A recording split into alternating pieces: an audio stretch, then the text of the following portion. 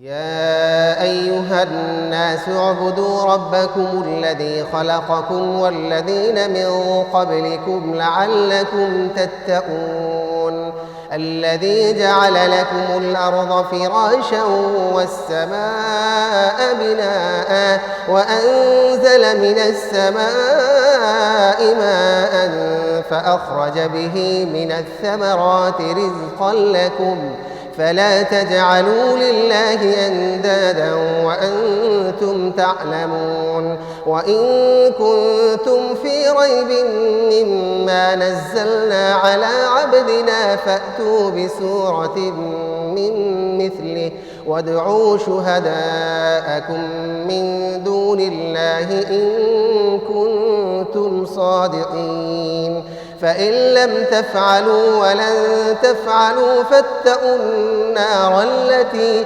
وقودها الناس والحجارة أعدت للكافرين وبشر الذين آمنوا وعملوا الصالحات أن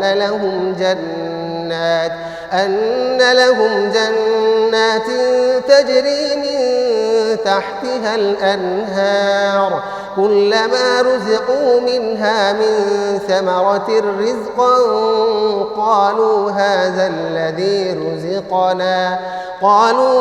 الذي رزقنا من قبل وأتوا به متشابها ولهم فيها أزواج مطهرة وهم فيها خالدون إن الله لا يستحيي أن يضرب مثلا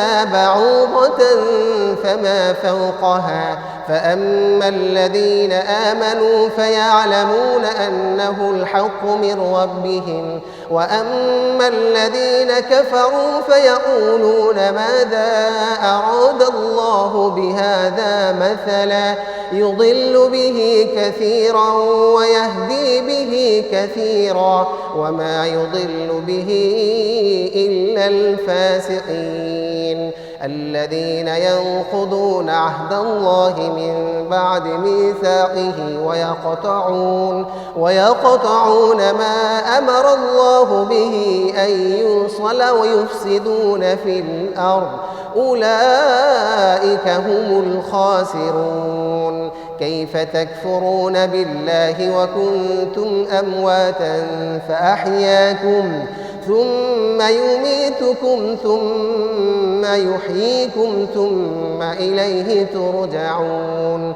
هو الذي خلق لكم ما في الأرض جميعا ثم استوى إلى السماء فسواهن 7 سماوات وهو بكل شيء عليم হে মানব জাতি, তোমরা তোমাদের রবের ইবাদত করো, যিনি তোমাদের এবং তোমাদের পূর্ববর্তীদের সৃষ্টি করেছেন যাতে তোমরা মুত্তাকি হতে পারো। যিনি তোমাদের জন্য জমিনকে বিছানা ও আসমানকে ছাদস্বরূপ সৃষ্টি করেছেন এবং তিনি আসমান থেকে পানি বর্ষণ করেন, অতঃপর তা দ্বারা তোমাদের জন্য খাদ্য হিসেবে ফলমূল উৎপাদন করেন। অতএব তোমরা জেনে শুনে আল্লাহর সমকক্ষ নির্ধারণ করো না। আর আমি আমার বান্দার প্রতি যা অবতীর্ণ করেছি, যদি তোমরা তাতে সন্দিহান হও তাহলে এর অনুরূপ একটি সূরা আনয়ন করো এবং আল্লাহ ব্যতীত তোমাদের সাহায্যকারীদের ডেকে নাও, যদি তোমরা সত্যবাদী হও। কিন্তু যদি তোমরা তা করতে না পারো, আর তোমরা তা কখনোই করতে পারবে না, তাহলে তোমরা সে জাহান্নামকে ভয় করো, যার জ্বালানি হবে মানুষ ও পাথর, যা কাফেরদের জন্য প্রস্তুত করে রাখা হয়েছে। আর যারা ঈমান এনেছে ও সৎ কাজসমূহ করেছে, হে নবী, তুমি তাদের সুসংবাদ প্রদান করো যে তাদের জন্য রয়েছে এমন জান্নাতসমূহ যার তলদেশ দিয়ে নদীসমূহ প্রবাহিত হবে। যখনই সেখান থেকে তাদের কোনো ফলমূল খাদ্য হিসেবে দেয়া হবে, তখনই তারা বলবে, আমাদের তো এটা পূর্বেই প্রদান করা হয়েছিল। বস্তুত তাদেরকে তা দেয়া হবে দুনিয়ার সাথে সাদৃশ্যপূর্ণ করে, আর তাদের জন্য সেখানে থাকবে পবিত্র স্ত্রীগণ এবং সেখানে তারা হবে চিরস্থায়ী। নিশ্চয়ই আল্লাহ মশা কিংবা তার চাইতে ক্ষুদ্র কোনো বস্তুর উপমা দিতে লজ্জাবোধ করেন না। সুতরাং যারা ঈমান এনেছে তারা দৃঢ়ভাবে জানে নিশ্চয়ই এ উপমা তাদের রবের পক্ষ থেকে সত্য স্থান উপযোগী। আর যারা কাফের তারা বলে, এ নগণ্য বস্তুর উপমা দ্বারা আল্লাহ কি উদ্দেশ্য নিয়েছেন? তিনি এর দ্বারা অনেককে বিপথগামী করেন এবং এর দ্বারা অনেককে সঠিক পথ প্রদর্শন করেন, আর এর দ্বারা তিনি শুধু ফাসেকদেরই বিপথগামী করে থাকেন। যারা আল্লাহর সঙ্গে দৃঢ়ভাবে অঙ্গীকারবদ্ধ হওয়ার পর তা ভঙ্গ করে এবং ওইসব সম্পর্ক ছিন্ন করে যা অবিচ্ছিন্ন রাখতে আল্লাহ নির্দেশ দিয়েছেন এবং ভূপৃষ্ঠে ফাসাদ সৃষ্টি করে, তারাই প্রকৃত ক্ষতিগ্রস্ত। কিভাবে তোমরা আল্লাহকে অবিশ্বাস করছো, অথচ তোমরা এক সময় ছিলে প্রাণহীন?